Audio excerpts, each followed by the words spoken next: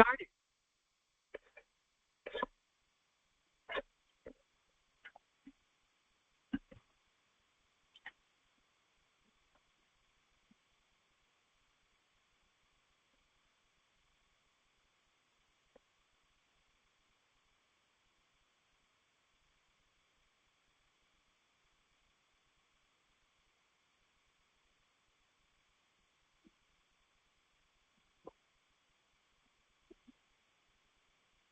नमो लोये सौहरिहन्ताणं नमो लोये सौहृदानं नमो लोये सौभागिर्यानं नमो लोये सौज्यायानं नमो लोये सौत्रिकावती सावनं ओंकारमिन्दु संयुक्त नित्यं जयन्ति योगिनः कामदमोक्षदं चैव ओंकाराय नमो नमः मङ्गलं भगवान् मङ्गलं गौतमोऽग्नि मङ्गलं कुन्कुण्डारि विजेन्द्रमोसुमङ्गलं नमः समरिसाराय स्वानुभूत्या चकास्ते चित् स्वभावाय भवाय सर्वाः विभाव निरुद्ध निराकार।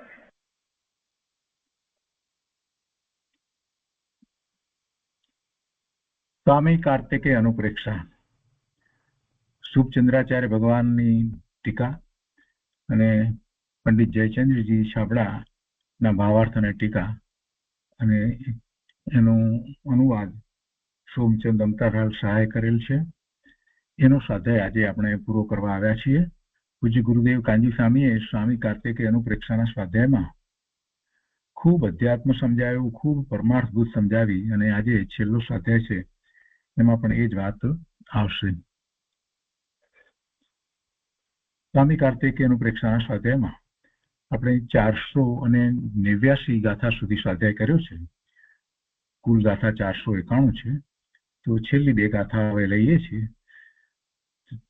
490 ગાથા એમાં એમ કે છે કે હવે અનુપ્રેક્ષાનું મહાત્મ્ય કહી ભવ્ય જીવોને ઉપદેશ રૂપ ફળનું વર્ણન કરે છે. ઉપદેશ રૂપ ફળનું વર્ણન કરે છે. ઉપદેશ આપવો હોય ત્યારે આપણે સામાન્ય રીતે એમ કહીએ કે આમ કરજે, આમ કરજે, આમ કરજે, એમ એ ઉપદેશના કથનો છે. આમ કરવું જોઈએ, આમ કરવું જોઈએ. અહીંયા તો ઉપદેશને બીજી રીતે કહે છે, એનું ફળ વર્ણન કરી અને સમજાવે છે કે આ એનું ફળ છે. એટલે ભવ્ય જીવો જાતે જ સમજી જાય એ ઉપદેશ છે કે આ કરવા યોગ્ય છે. એટલે ભવ્ય જીવોને ઉપદેશ રૂપ ફળનું વર્ણન કરે છે. વર્ણન તો ફળનું કરે છે, પણ એમાં પણ બીજી રીતે જોઈએ તો એ ઉપદેશ જ છે. અને અનુપ્રેક્ષાનું મહાત્મ્ય એમાં આપણને સમજાઈ જાય છે. તો 490 ગાથા આ રીતે છે. 12 અણુ વેખાઓ ભણ્યા હું જીણ આગમણું સારેણ જો પઢઈ શુણઈ ભાવઈ શો પાવઈ ઉત્તમમ સૌખ્યમ. બહુ સમજાય એવું આ તો અર્ધમાગધીમાં કહ્યું છે, મૂળ ગાથાની અંદર કહ્યું છે કે જે આ વાંચે સાંભળે અને એ ઉત્તમ સુખને પામે છે એવી વાત કરી છે. 12 અણુવેખા. 12 અણુવેખા નામનો એક ગ્રંથ પૂજ્ય ગુરુદેવ પરમ પૂજ્ય કુંકુંદાચાર્ય ભગવાને પણ એની રચના કરી છે. 12 અણુવેખા વાર ભાવનાનું ગ્રંથ છે. અહીંયા સંસ્કૃતમાં ગાથા આ રીતે છે. 12 અનુપ્રેક્ષા ભણિતા સ્ફુટમ જીન આગમ અનુસારેણ ય પઠતી શૃણોતિ ભાવયતિ સ પ્રાપ્નોતિ ઉત્તમમ સૌખ્યમ. ઉત્તમ સુખની પ્રાપ્તિ થાય છે. જો પઢઈ શુણઈ ભાવઈ, પઢઈ શુણઈ ભાવઈ શો પાવઈ ઉત્તમ સૌખ્યમ. કેટલું સુંદર લખ્યું છે. અહીંયા એના અર્થમાં કહે છે કે આ 12 અનુપ્રેક્ષા જીન આગમ અનુસાર પ્રગટપણે કહી છે. કોઈ મતિ કલ્પનાથી વાત કરી છે એમ નથી. આ 12 અનુપ્રેક્ષા જીન આગમ અનુસાર પ્રગટપણે કહી છે. એ વચનથી એમ જણાવ્યું કે મેં કલ્પના કરી કહી નથી, પણ પૂર્વ આમ્યાય અનુસાર કહી છે. તેને જે ભવ્ય જીવો ભણશે, સાંભળશે અથવા તેની ભાવના કરશે, એટલે વારંવાર ચિંતન કરશે, તે બાધા રહિત અવિનાશી સ્વ આત્મીય ઉત્તમ સુખને પ્રાપ્ત થશે. જે ભવ્ય જીવો આ જે 12 ભાવના કહેવામાં આવી, અનુપ્રેક્ષા કહેવામાં આવી, એને ભણશે એટલે એનો એ રીતે અભ્યાસ કરશે, સાંભળશે અથવા એની ભાવના એટલે વારંવાર ચિંતન કરશે, તે બાધારહિત, અવ્યાબાદ, અવિનાશી, તેનો નાશ ન થાય ક્યારે એવું, અને સ્વ આત્મામાંથી પ્રગટ થાય તેવું, એટલે સ્વ આત્મીય ઉત્તમ સુખને પ્રાપ્ત થશે. અને પછી કહે છે કે એ સંભાવના રૂપ કર્તવ્ય અર્થનો ઉપદેશ સમજવો. એ સંભાવના, આ થશે એટલે સંભાવના થઈ, એ કર્તવ્ય અર્થનો ઉપદેશ સમજવો, કરવા યોગ્ય છે અને એને ઉપદેશ સમજવો. માટે હે ભવ્ય જીવો, આને ભણો, સાંભળો અને વારંવાર ચિંતન રૂપ ભાવના કરો.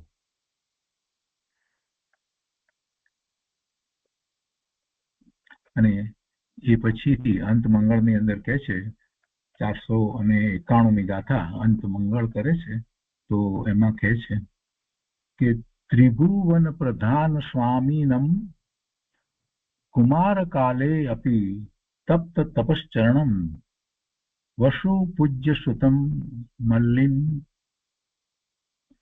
ચરમત્રિકમ સંસ્તુતે નિત્યમ. એના અર્થમાં કહે છે કે 3 ભુવનના પ્રધાન સ્વામી શ્રી તીર્થંકર દેવ, 3 ભુવનના પ્રધાન સ્વામી પરમાત્મા તીર્થંકર દેવ, કે જેમણે કુમાર કાળમાં જ તપશ્ચરણ ધારણ કર્યું, એવા વસુપૂજ્ય રાજાના પુત્ર વાસુપૂજ્યજીન, વસુપૂજ્ય રાજાના પુત્ર વાસુપૂજ્યજીન, વાસુપૂજ્ય સ્વામી, 12મા તીર્થંકર ભગવાન વર્તમાન 24ના, તથા મલ્લીજીન, મલ્લીનાથ ભગવાન 19મા તીર્થંકર ભગવાન, અને ચરમત્રિક, ચરમત્રિક એટલે છેલ્લા 3, ચરમત્રિક અર્થાત છેલ્લા 3 નેમિનાથજીન, પાર્શ્વનાથજીન અને વર્ધમાનજીન. એ 5 જીનોને હું નિત્ય સ્તવું છું, તેમનો ગુણાનુવાદ કરું છું, વંદું છું. એ 5ને કેમ લીધા? જો બધા તીર્થંકર પરમાત્મા પ્રત્યે અને સર્વ કેવળી ભગવાન પ્રત્યે, એટલે કે હરિયન પરમાત્મા પ્રત્યે તો એક સરખો જ ભાવ છે, પરંતુ કાર્તિકેય સ્વામી બાળ બ્રહ્મચારી હતા, એટલે જે 5 તીર્થંકર ભગવાન આ 24ના ભરત ક્ષેત્રને વિશે જે બાળ બ્રહ્મચારી હતા, એમના નામ લઈ અને નમસ્કાર કર્યા છે, એમનો ગુણાનુવાદ કર્યું છે, એમ કહેવાનો અર્થ છે.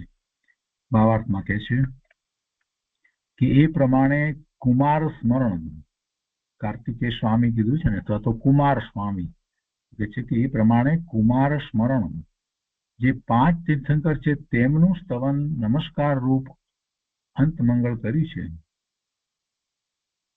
અહીં એમ સૂચવે છે કે પોતે કુમાર અવસ્થામાં મુનિ થયા છે, તેથી તેમને કુમાર તીર્થંકરો પ્રત્યે, એટલે બાળ બ્રહ્મચારી તીર્થંકરો પ્રત્યે વિશેષ પ્રીતિ ઉત્પન્ન થઈ છે, અને એટલા માટે તેમના નામરૂપ અહીં અંત મંગળ કર્યું છે. અને આ પ્રમાણે શ્રી સ્વામી કાર્તિકેય મુનિએ રચેલો આ અનુપ્રેક્ષા ગ્રંથ સમાપ્ત થયો. અને તે પછીથી જે વચનિકા લખવામાં આવી છે, તેના વિશેનો દોરો છે, આપણે પછીથી લઈએ છીએ. તો પહેલા આ 2 ગાથાઓ પર પૂજ્ય ગુરુદેવે જે વિસ્તાર કર્યો છે તે લઈએ છીએ. ગાથા 490 નો વિસ્તાર કરતા પૂજ્ય ગુરુદેવ અહીંયા સ્વામી કાર્તિક અનુપ્રેક્ષા પ્રવચન ભાગ 2, પાના નંબર 403 માં કહે છે કે આ 12 અનુપ્રેક્ષા જીન આગમ અનુસાર પ્રગટ કરી છે, કોઈ કલ્પનાથી વાત કરેલ નથી, પણ પૂર્વે આમ્યાય અનુસાર કહી છે. તેને જે ભવ્ય જીવો ભણશે, સાંભળશે અથવા તેની ભાવના કરશે, એટલે કે વારંવાર ચિંતન કરશે, તે બાધા રહિત, અવિનાશી, સ્વ આત્મીય ઉત્તમ સુખને પ્રાપ્ત કરશે. એ સંભાવના રૂપ કર્તવ્ય અર્થનો ઉપદેશ સમજવો માટે હે ભવજીવો આને જાણો, સાંભળો અને વારંવાર ચિંતન રૂપ ભાવના કરો. અને પછી અંત મંગળ નો વિસ્તાર પૂજ્ય ગુરુદેવે કર્યો છે તે આપણે લઈએ છીએ. ગુરુદેવ કહે છે કે અહીં 3 ભુવનના સ્વામી કયા છે, એટલે તીર્થંકર ભગવાન. તીર્થંકર ભગવાન 3 લોકના જાણનાર છે, એટલે એમને 3 લોકના સ્વામી કહીએ છીએ. 3 લોકના જગત પદાર્થો, 3 લોકના પદાર્થો, 3 કાળના બધા જ પદાર્થોને ભગવાન પોતાના જ્ઞાનમાં એક સમયની અંદર એકી સાથે યુગપત જાણે છે, એટલે ભગવાનને 3 લોકના સ્વામી કયા છે. બીજું કોઈ સ્વામીપણું નથી. સ્વામીપણું આ જ છે, પોતાના જ્ઞાનનું બધું જ્ઞેય છે. બીજી રીતે પણ આપણે વિચાર કરવા જઈએ તો કોઈ એમ માને કે હું આ અહીંનો રાજા છું, અહીંનો સ્વામી છું, તો શું એ બીજાને પોતાની ઈચ્છા પ્રમાણે પરિણમાવી શકે છે? પરિણમાવી શકતો નથી. પણ એને અંદરમાં એવું અભિમાન છે કે હું રાજા છું, હું જેને ધારું એને શિક્ષા કરી શકું, જેને ધારું એને મંત્રી બનાવી શકું, જેને ધારું એને હું દાન, લક્ષ્મી વગેરે આપી શકું. આ મારું રાજ છે. આ એનો અહંકાર છે, આ એનો મદ છે. અને હું આ રાજ્યનો સ્વામી છું એમ જયારે માને છે ત્યારે પણ વાસ્તવમાં શું છે?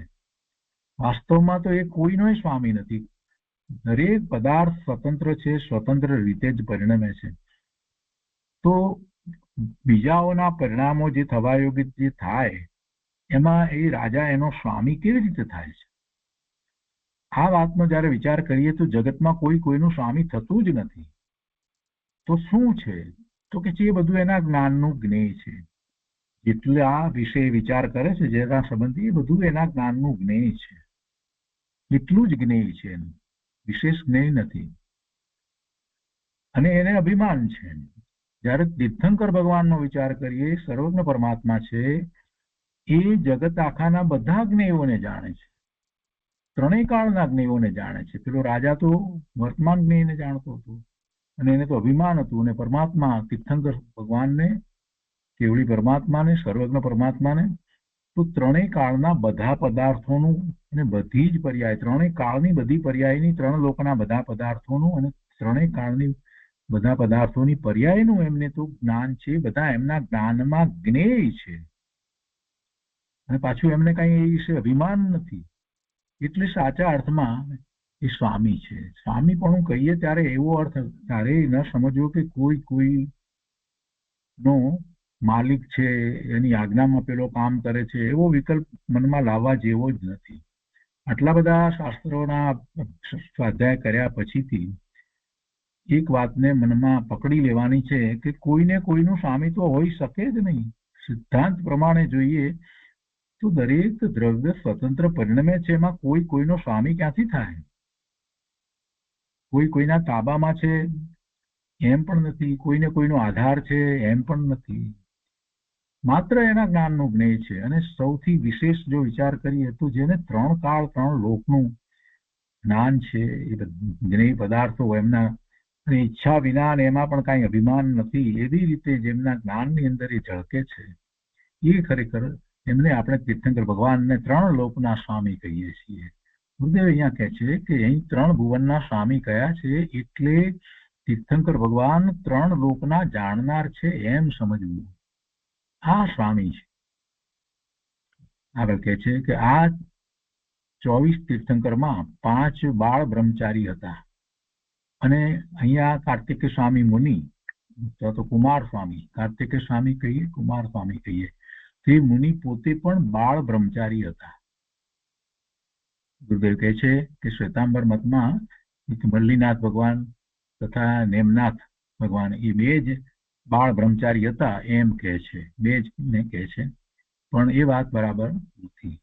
એ સિવાય બીજા 3 એ પણ બાળ બ્રહ્મચારી હતા. એટલે કે 12મા વાસુપૂજ્ય સ્વામી એ પણ, અને જે પછીના જે કહેવામાં આવ્યા નેમનાથ ભગવાન પછી બીજા 2 જે કહેવામાં આવ્યા, પાર્શ્વનાથ ભગવાન અને મહાવીર સ્વામી, એટલે 3 બીજા, એમ કુલ 5 તીર્થંકર ભગવાન બાળ બ્રહ્મચારી હતા.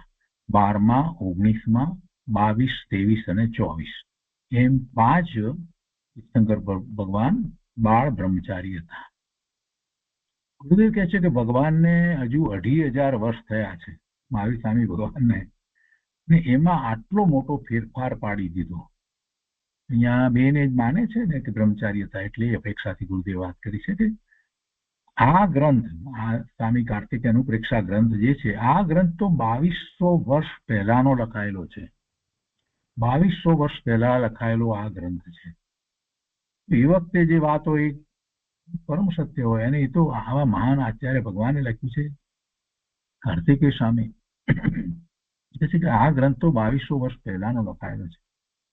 મહાવીર સ્વામી ભગવાન પરણ્યા હતા, એમને લગ્ન કર્યા હતા, અને એમને દીકરી ને જમાઈ હતા, એ બધી વાત કલ્પિત છે. એ વાત બરાબર નથી, એ કલ્પિત વાત છે. સમાજને અનુકૂળ આવે એવી ઘણી વાત ભગવાનના નામે ગોઠવી દીધી છે. એમાં પ્રથમાનુયોગમાં તો કેટલી બધી અંદર વિકૃતિઓ અને કેટલા બધા નવા નવા જુદા જુદા વર્ણનો, મિથ્યા દ્રષ્ટિ લેખકોએ, એ બધા લેખકો છે, એ કોઈ આચાર્ય નથી. એવા લેખકોએ કેટલી બધી વાર્તાઓની ચોપડીઓ બધી લખી નાખી છે પોતાની મતિ કલ્પનાથી. એમાં ડાયલોગ પણ લખ્યા છે, આમ પછી ભગવાને આમ કહ્યું ને ગૌતમ સ્વામી આમ કહ્યું ને, જાણે કે એ સાંભળવા ગયા હોય એવી રીતે બધી વાતો લખેલી આવે, અને એને વાંચી અને બિચારા ભોળા જીવો એમ માને કે આ જ બરાબર છે. પણ એમ નથી. જાતે અભ્યાસ કરવો જોઈએ, સિદ્ધાંત પ્રમાણે પણ વસ્તુ સ્વરૂપને સમજવું જોઈએ. ગુરુદેવ અહીંયા કહે છે કે છેલ્લા 3 તીર્થંકરોને થોડો કાળ હોવાથી બ્રહ્મચારી જ હોવા જોઈએ એમ ન્યાયથી વાત બેસે છે. માટે 5 બાળ બ્રહ્મચારી હતા તે વાત જ સત્ય છે.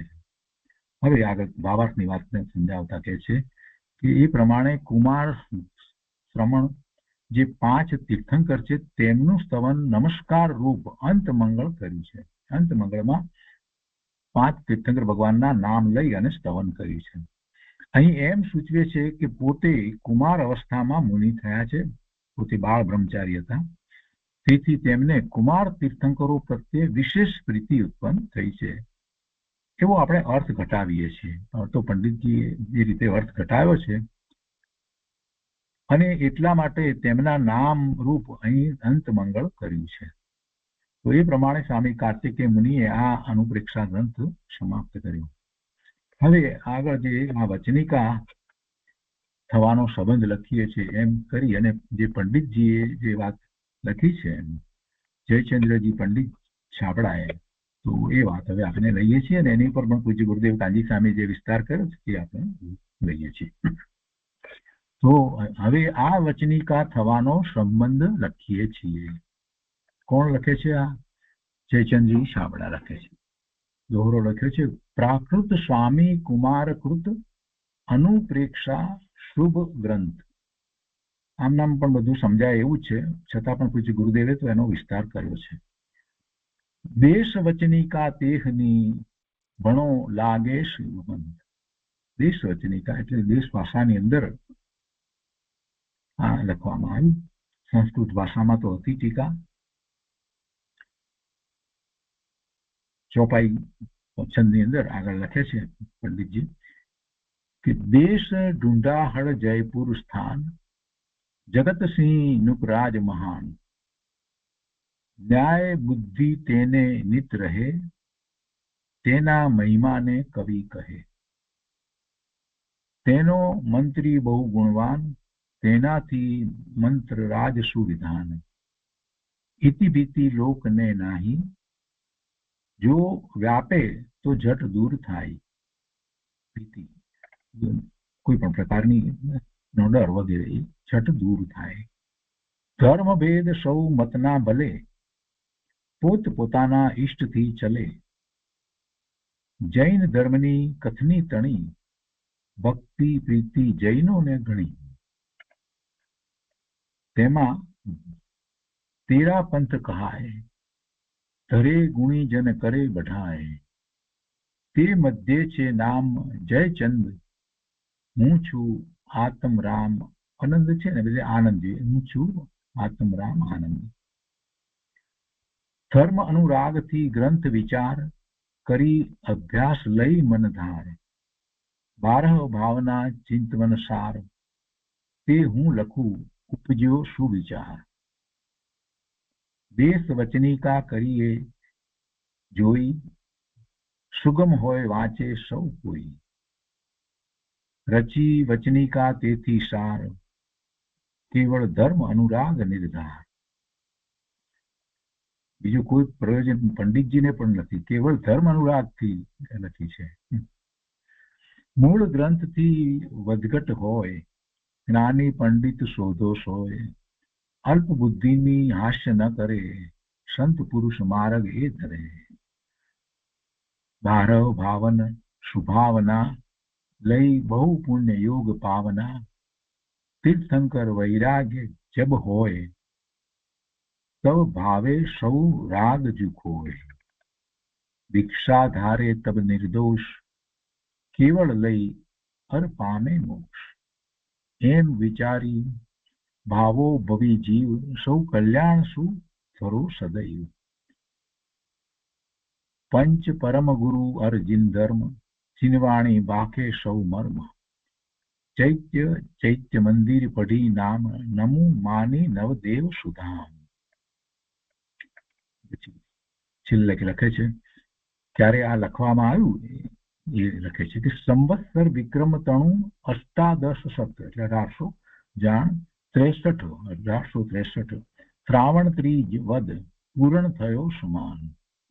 જૈન ધર્મ જયવંત જગ, જેનો મર્મ શું પાય, વસ્તુ યથાર્થ રૂપ લખી, વસ્તુ યથાર્થ રૂપ લખી, ત્યાવે શિવપુર જાય. इति श्री स्वामी कार्तिकेयनु प्रेक्षानो पंडित જયચંદ્રજી કૃત હિન્દી વચનિકાનો ગુર્જરાનુવાદ એટલે ગુજરાતી અનુવાદ સમાપ્ત. ઓમ શાંતિ શાંતિ શાંતિ. અને એની ઉપર પૂજ્ય ગુરુદેવે જે વિસ્તાર કરે છે તે આપણે લઈએ છીએ. ગુરુદેવ અહીંયા લખે છે કે સ્વામી કાર્તિકે મુનિ આ 491 ગાથા રચવામાં નિમિત્ત હતા. અહીંયા ગાથાનો નંબર જે ખોટો ચાલી રહ્યો છે એટલે આપણને ખ્યાલ છે, એટલે 491 ગાથા મૂળ આપણે શાસ્ત્રની અંદર પણ એ રીતે ગાથાના નંબર છે, એટલે ફરીથી યાદ કરાવવું જોઈએ કે 491 ગાથા છે. તો સ્વામી કાર્તિકેય મુનિ આ 491 ગાથા રચવામાં નિમિત્ત હતા. ગુરુદેવ તેમને નિમિત્ત કહે છે. ગ્રંથની રચનામાં કાર્તિકેય સ્વામી નિમિત્ત હતા, એટલે ગ્રંથની રચના તો થવાનો એ કાળ હતો એટલે થઈ. એવી ગ્રંથની રચના થવાનો એ કાળ હતો, અને એ ગ્રંથની ટીકા લખાઈ તો એનો પણ એ કાળ હતો. એની ભાષા વચના એટલે એ વચનિકા લખાઈ, ભાષા વચનિકા એટલે દેશ ભાષામાં લખવામાં આવ્યું, પંડિતજીએ લખ્યું, એનો પણ એક કાળ હતો. એનું ગુજરાતી ભાષાંતર થવાનો પણ એક કાળ હતો, અને એનું અધ્યયન કેટલાય જીવોએ કર્યું એનો પણ દરેકને પોતપોતાનો કાળ હતો. પૂજ્ય ગુરુદેવે એની ઉપર પ્રવચનો આપ્યા, એ પણ એનો કાળ હતો ત્યારે થયું, અને આપણે આપણા કાળે એનો સ્વાધ્યાય કર્યો. બધું જે રીતે થવા યોગ્ય છે તે રીતે જ થયું, અને બાકી બીજું બધું જે કંઈ છે એ બધાને આપણે સમજી લેવાનું છે કે પોતાને જ્યારે એવો જ્ઞાનનો ઉગાડ થવાનો કાળ છે તો એવા જ નિમિત્ત હોય છે, એ વાતને દ્રઢ કરવી. ગુરુદેવના એક વાક્યમાંથી આ બધી વાત નીકળે છે. ગુરુદેવ કહે છે કે સ્વામી કાર્તિકેય મુનિ આ 491 ગાથા રચવામાં નિમિત્ત હતા. તો પછી આપણે પણ શું સમજવાનું કે આપણને જે કંઈ આમાંથી જે પ્રાપ્ત થયું એ પોતાના જ જ્ઞાનનો ઉઘાડ થયો, તેમાં આ બધા નિમિત્ત હતા. કેટલા બધા નિમિત્ત હતા. આચાર્ય ભગવાન, પછી ટીકાકાર, પંડિતજી, પૂજ્ય ગુરુદેવ, આ બધા નિમિત્ત એ છે કે આ 12 ભાવનાના ગ્રંથને જાણો અને એનું ચિંતન કરી અને શિવ પંથમાં લાગો. શિવ પંથ મુક્તિનો પંથ, સિદ્ધ પરમાત્માનો પંથ, આત્મા કલ્યાણ સ્વરૂપ છે એની ભાવના કરો.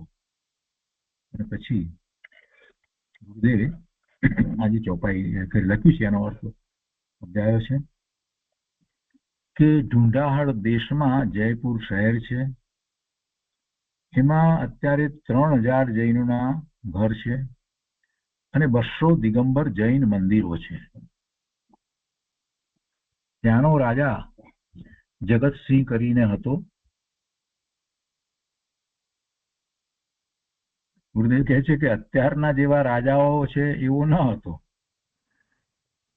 એ સારો રાજા હતો અને એનો મંત્રી ગુણવાન હતો. રાજા ખાનગી વાત હોય તે મંત્રીને કરતો હતો. શહેરમાં લોકોને કોઈ પણ જાતનો ભય ન હતો અને કદાચ કોઈ વખત ભય કે દુઃખ થાય તો જલ્દી દૂર કરતો હતો. અત્યારે તો રાજ એવું છે, ગુરુદેવ કહે છે કે અત્યારે તો રાજ એવું છે કે કૂતરા, વાંદરા, તીડને મારી નાખવા, માછલાનો આહાર કરવો વગેરે હિંસાના કૃત્યો કરાવે છે. રાજ એવા કૃત્યો કરાવે છે ને. મત્સ્ય ઉદ્યોગ, ગવર્મેન્ટમાં મત્સ્ય ઉદ્યોગને પ્રોત્સાહન આપવું ને એના માટેની બધી વાતો, બધું ક્યારેક ક્યારેક એને માટે થઈ અને દુઃખ થાય છે કે આ બધું શું ચાલી રહ્યું છે. તે બધી ક્રિયા તો એના કારણે થાય છે, પણ કાર્યકર્તાઓના ભાવ કેવા છે તે વાત છે.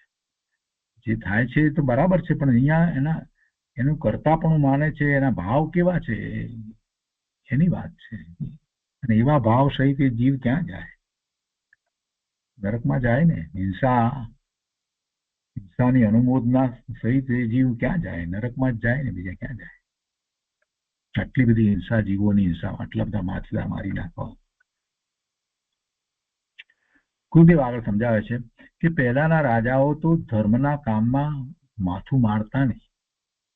ધર્મના ભેદ ઘણા હતા, પણ એમાં રાજા વિઘ્ન કરે નહીં. સારા રાજાઓ કોઈ એવા વિઘ્ન કરતા નથી, એ વખતે નહોતા કરતા. એ ધર્મોમાં જૈન ધર્મની જાહોજલાલી હતી. એ સમયની અંદર મોટા મોટા ઘણા ભક્તો હતા. જૈન ધર્મમાં પણ 13 પંથ અને 20 પંથ, 2 ફિરકા છે. એટલે જે દિગંબરમાં 2 ફિરકા છે, 13 પંથ અને 20 પંથ, એ 13 પંથની વાત છે. કેમ કે અહીંયા પંડિતજીએ 13 પંથ લખ્યું છે, તો એ 13 પંથ તો દિગંબર 13 પંથની વાત છે. એ સમયમાં જૈન ધર્મમાં પણ 13 પંથ અને 20 પંથ 2 ફિરકા છે. 20 પંથ તો શિથિલ છે, એ લોકો થોડા વધારે પડતા ક્રિયાકાંડ વગેરેમાં છે અને એમાં શિથિલતા છે, ઘણી શિથિલતા છે.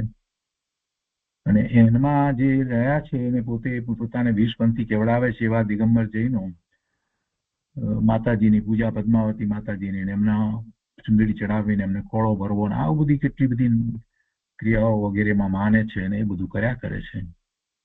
પણ મૂળ વસ્તુ શાસ્ત્ર અભ્યાસ, સ્વાધ્યાય, આ બધાનું એમને મહત્વ એટલું નથી. પૂજા વગેરે કરે છે, પણ છતાં પણ એમાં પણ શિથિલતાઓ ઘણી છે. વળી એમાં અભિષેકમાં સ્ત્રી અભિષેક કરે છે, આ બધું ત્યાં છે. બધું 20 પંથની અંદર શિથિલતાઓ કેટલાય પ્રકારે છે. અને 13 પંથ કડક પંથ છે. દિગંબરમાં 2 પંથ છે, 13 પંથ અને 20 પંથ. એમાં 13 પંથ જે છે એ કડક છે. અને અહીંયા પંડિતજીએ 13 પંથની વાત લખી ને તો કે છે એમાં 13 પંથ એમ કહ્યું, તો એ પંથ કડક પંથ છે. વિદ્યાસાગર મહારાજ અને એમના બીજા શિષ્યો વગેરે, એ બધું 13 પંથ છે. તે લોકો શાસ્ત્રોનો ખૂબ અભ્યાસ કરે છે અને એવા જ પ્રવચનો વગેરે હોય છે, અધ્યાત્મથી ભરેલા. આ બધું ત્યાં ઘણું જોવામાં આવે છે. અને આચાર વિચારની બાબતમાં ઘણા કડક હોય છે, ઘણા કડક હોય છે. એક પુસ્તકને પણ આગુ પાછું મૂકવું કરવું હોય તો પણ એમાં જીવ હિંસા ન થાય એ માટે ખૂબ સજાગતા એમને હોય છે. અને વધારે તો શાસ્ત્ર અભ્યાસ, એની મુખ્યતા એમને છે. ધ્યાન, એમને ત્યાં મુખ્યતા હોય છે. અને એ લોકો આમ પદ્માવતી માતાજીની પૂજા, તે બધું એમાં એ માનતા નથી. એને કરે છે તો એને કઈ પ્રોત્સાહન વગેરે આપતા નથી, એની અનુમોદના કરતા નથી. ગુરુદેવ કહે છે કે જૈન ધર્મમાં ઊંચામાં ઊંચો પંથ હોય તો આ 13 પંથ છે. દિગંબરનો 13 પંથ છે. પંથની અપેક્ષાથી વાત છે. આટલા બધા ફિરકા પડી ગયા છે, તો એમાં ઊંચામાં ઊંચો જો પંથ હોય તો આ 13 પંથ છે. અને નીચામાં નીચો ધર્મ જૈનના નામે હોય તો સ્થાનકવાસીમાંથી એક તેરાપંથ નીકળ્યો છે, તે છે ડેરાવાસી, પછી સ્થાનકવાસી, અને સ્થાનકવાસીમાંથી પણ પાછા તેરાપંથી જે નીકળ્યા છે તે છે જે આચાર્ય તુલસી વગેરે જે છે તે એમાંથી બધા જે, અને એમાંથી પણ પાછા છૂટા પડી અને હવે તો જે લોકો માત્ર સેવા કરે છે એવો એક પંથ નીકળ્યો છે. એમાં તો કોઈ ધર્મ નથી. તેરાપંથમાં તો ઠીક છે, પણ એના પછી એમાં તો માત્ર સેવા કરવી એવો એક વિકલ્પ ચાલે છે, અને એ તો એમાં તો ધર્મ જેવી વાત જ નથી. કેમ કે તેના માનનારા દયા દાન આદિમાં પાપ મનાવે છે. અહીંયા કે છે તે તેરાપંથની એ વાત નથી. એ તેરાપંથની એ વાત નથી. અહીં તો દિગંબર જે તેરાપંથ જે છે, દિગંબર તેરાપંથ કડક પંથ છે, તે તેરાપંથ છે. અને એમાં શ્રી ટોડરમલજી, શ્રી બનારસીદાસજી, શ્રી જયચંદ્ર પંડિત વગેરે થઈ ગયા. એ બધા તેરાપંથી હતા, એ પંડિતો પણ. આ તેરાપંથમાં જયચંદજી પંડિત થઈ ગયા. તેમણે ધર્મ અનુરાગથી આ ગ્રંથને વિચારી, અભ્યાસ કરી, મનમાં ધારીને 12 ભાવનાનું ચિંતન કરવા માટે દેશવચનિકા લખી છે. અને તે ચાલતી ભાષામાં લખેલી 12 ભાવના સુગમ છે. તીર્થંકરો પણ સર્વજ્ઞ અને મુનિ થવા પહેલા આ 12 ભાવનાને ભાવે છે. અને આ વાત તો આ ગ્રંથની શરૂઆતમાં જ આવી કે જે તીર્થંકરનો જીવ છે એ દીક્ષા લેતા પહેલા એ આ 12 અનુપ્રેક્ષા ને ભાવે છે, એ 12 ભાવનાને ભાવે છે. અને ખૂબ એ દ્વારા વૈરાગ્યમય થઈ અને એ પોતે સ્વયં દીક્ષા અંગીકાર કરે છે. એમને કોઈ ગુરુ હોતા નથી. તીર્થંકરો પણ સર્વજ્ઞ અને મુનિ થવા પહેલા, મુનિ દીક્ષા લેતા પહેલા આ 12 ભાવનાને ભાવે છે અને રાગ ઘટતા દીક્ષા લે છે. ઇન્દ્રોના પૂજ્ય એવા તીર્થંકરો આ ભાવના ભાવતા હતા. તે ખોટી ભાવના ભાવતા ન હતા. અત્યારના પંડિતો એમ કહે છે કે આ ભાવનામાં જે કાળે, જે ક્ષેત્રે જે થવાનું હોય તે થાય છે. એમ જ્ઞાની ભાવના ભાવે છે તે આપદા વખતે આશ્વાસન માટે ભાવે છે, એવું કેટલાક પંડિતો કહે છે. શું કહે છે ગુરુદેવ? કે અત્યારના પંડિતો, અત્યારે વર્તમાનમાં કેટલાક પંડિતો એમ કહે છે કે આ ભાવનામાં જે કાળે, જે ક્ષેત્રે જે થવાનું હોય તે થાય છે. એમ જ્ઞાની ભાવના ભાવે છે. તો એવી જ્ઞાની ભાવના એટલા માટે ભાવે છે કે આપદા વખતે પોતાને તકલીફ, પ્રતિકૂળતા વગેરે આવી હોય ત્યારે આશ્વાસન એના દ્વારા પોતે પ્રાપ્ત કરે. એ આપદા વખતે આશ્વાસન માટે એવી ભાવના ભાવે છે. આવું કેટલાક પંડિત કહે છે. ગુરુદેવ કહે છે કે ના, એમ નહીં, એવું વસ્તુ સ્વરૂપ નથી, પણ વસ્તુ સ્થિતિ એમ નથી. તો એનો અર્થ તો એમ થયો કે તે ખોટી ભાવના ભાવતા હતા. જો એ આશ્વાસન માટે આપદા વખતે, તકલીફ પ્રતિકૂળતા વખતે આશ્વાસન લેવા માટે આ 12 ભાવના, જે થવાનું હોય તે થાય એમ. એવી જ રીતે ક્રમબદ્ધ પર્યાયને માટે પણ કેટલાય લોકો વર્તમાનમાં આશ્વાસન મેળવવા માટે ક્રમબદ્ધ પર્યાયમાં જે થવાનું હોય તે થાય એમ જે કહે છે એ બરાબર નથી. અને આ રીતે જો કહેવામાં આવે, પંડિતો કંઈક કહે કે ભાઈ તકલીફ આપદા વખતે આશ્વાસન માટે 12 ભાવના ભાવે, ગુરુદેવ કહે છે કે એવી વસ્તુ સ્થિતિ નથી. અને જો એમ માનવામાં આવે તેનો અર્થ તો એમ થયો કે એ ખોટી ભાવના ભાવતા હતા. એનો અર્થ તો એમ જ થયો. સાચી ભાવનાની અહીંયા તો આચાર્ય ભગવાને તો વાત કરી છે, પણ એ એમ નથી. ભાવનાનું સ્વરૂપ જે છે તેને સમજવું જોઈએ. જેવું વસ્તુનું સ્વરૂપ છે એવી જ ભાવના જ્ઞાની ભાવે છે. જેવું વસ્તુનું સ્વરૂપ છે એવી જ ભાવના જ્ઞાની ભાવે છે. મૂળ ગ્રંથથી લખવામાં કાંઈ ફેર પડ્યો હોય તો જ્ઞાની પંડિતોએ ભૂલ સુધારવી. આ વાત પણ સાથે લીધી છે.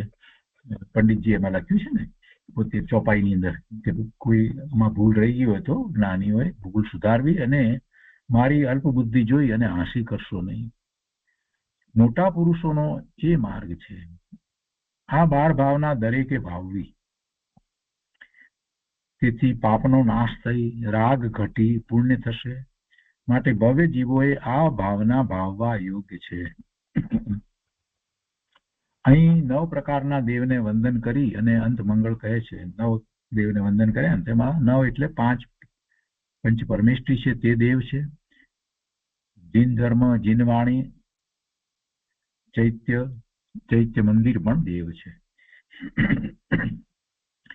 પંચ પરમેષ્ઠી 5 દેવ, જૈન ધર્મ, જીનવાણી, ચૈત્ય અને ચૈત્યાલય, એ 4 એટલે કુલ 5 દેવ છે. આપણે 5 દેવ કહીએ છીએ. અને બુદ્ધ પાઠમાં ગાથા 24 કહેલ છે કે ધન આપે તે દેવ છે. આ 9 પ્રકારના દેવ આત્મલક્ષી પ્રાપ્ત કરવામાં નિમિત્ત છે. આ 9 પ્રકારના દેવ લક્ષ્મી, આ 9 પ્રકારના દેવ આત્મલક્ષ્મી પ્રાપ્ત કરવામાં નિમિત્ત છે. આત્માનું લક્ષ કરે છે તો આત્મલક્ષ્મી પ્રાપ્ત થાય છે. તો આ 9 પ્રકારના દેવ નિમિત્ત કારણ છે. પોતાની લક્ષ્મી અંદરમાં પડી છે તે લક્ષ્મી પોતાને પ્રાપ્ત થવામાં એ નિમિત્ત કારણ છે, માટે તે દેવ છે. ગુરુદેવ આગળ કહે છે કે ધર્મ, અર્થ, કામ અને મોક્ષ એ 4 પ્રકારના લાભ આપે છે, માટે તે દેવ છે. આત્મા શુભ ભાવ કરે એમાં નિમિત્ત છે. ધર્મ એટલે પૂર્ણ, અર્થ એટલે પૈસો, કામ એટલે વિષય અને મોક્ષ એટલે મુક્તિ તે દેવ આપે છે, નિમિત્ત છે. વિતરાગની વાણી જગતના બધા મર્મને ખોલી નાખે છે. દ્રવ્ય પણ પર્યાયના મર્મને બતાવે છે, એટલે શાસ્ત્રો પણ દેવ છે. શું કહે છે ગુરુદેવ? વિતરાગની વાણી જગતના બધા મર્મને ખોલી નાખે છે, બધું સ્પષ્ટ કરે છે. જગત આખાની બધી જ વાત, બધા જ જ્ઞેય, બધું જ વાચ્ય વાચક, બધું જ સ્પષ્ટ કરે છે, ખોલી નાખે છે, મર્મને ખોલી નાખે છે. દ્રવ્ય પણ પર્યાયના મર્મને બતાવે છે, એટલે શાસ્ત્રો પણ દેવ છે. શાસ્ત્રની રચના જે થઈ છે એ શાસ્ત્ર શું છે એ પણ એવી પર્યાય એની થવા યોગ છે એ જ થઈ છે. ભાષા વર્ગણા જે છે એની જ એ પર્યાય છે, એટલે એ પણ દેવ છે. એ પર્યાય જે છે એ મર્મને બતાવે છે. ભગવાનની વાણી છે એ પણ પર્યાય છે, ભાષા વર્ગણાની પર્યાય છે, પણ એ બધા મર્મને દર્શાવનાર છે, એટલે જીનવાણીને પણ દેવ કહી છે. શાસ્ત્ર પણ દેવ છે. ભગવાનની પ્રતિમા પણ દેવ છે. પ્રતિમા એ મોટામાં મોટું આલંબન છે. એ દ્વારા આપણે હંમેશા તીર્થંકર પરમાત્માના સ્વરૂપને, સિદ્ધ પરમાત્માના સ્વરૂપને, જીનવાણીને અને એ દ્વારા પોતાના સ્વરૂપને આપણે ધ્યાવીએ છીએ, રૂપસ ધ્યાન કરીએ છીએ. પંચ પરમેષ્ઠીની પ્રતિમા હોય છે તે પણ દેવ છે. ચૈત્ય મંદિર પોતે દેવ છે. જ્યાં અરહંત, સિદ્ધ આદિની પ્રતિમા બિરાજમાન કરેલ છે એવા ચૈત્ય મંદિરને પણ અહીં દેવ કહેલ છે. આ રીતે 9 દેવના નામ આપી એ ધર્મના ધામ છે એમ કહી અને નમન કરેલ છે, વંદન કરેલ છે. એ રીતે અંત મંગળ કર્યું છે. કોને? પંડિતજીએ કર્યું છે અહીંયા. અને પછી ક્યારે આ લખાયું એની જે ગાથાઓ છે ને કે સંવત્સર વિક્રમ 93 સતજાણ 63 શ્રાવણ ત્રીજ વદ પૂરણ થયો સમાન.